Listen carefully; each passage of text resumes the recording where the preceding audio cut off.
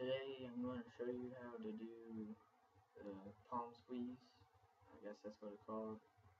People change the name for some reason, but you take the back part of your zippo, hinge facing up, take the back part and you put it right here.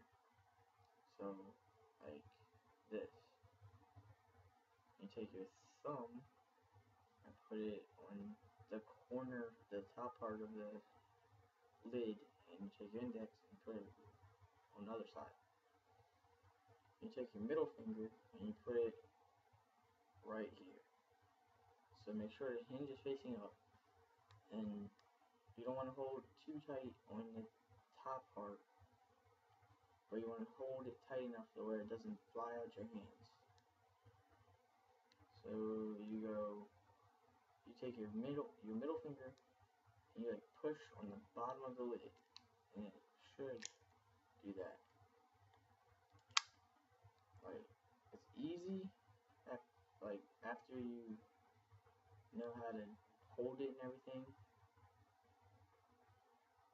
but at first it might be a little hard, but it's a pretty easy trick. So yes, with the back part hinge facing up to where it opens like that, back part right before your index finger,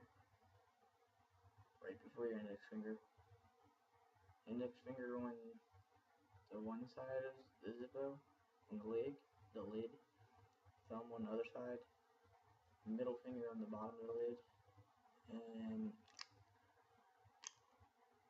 it doesn't always work. Like, it might take a few tries before you could actually get it, but after that it's easy.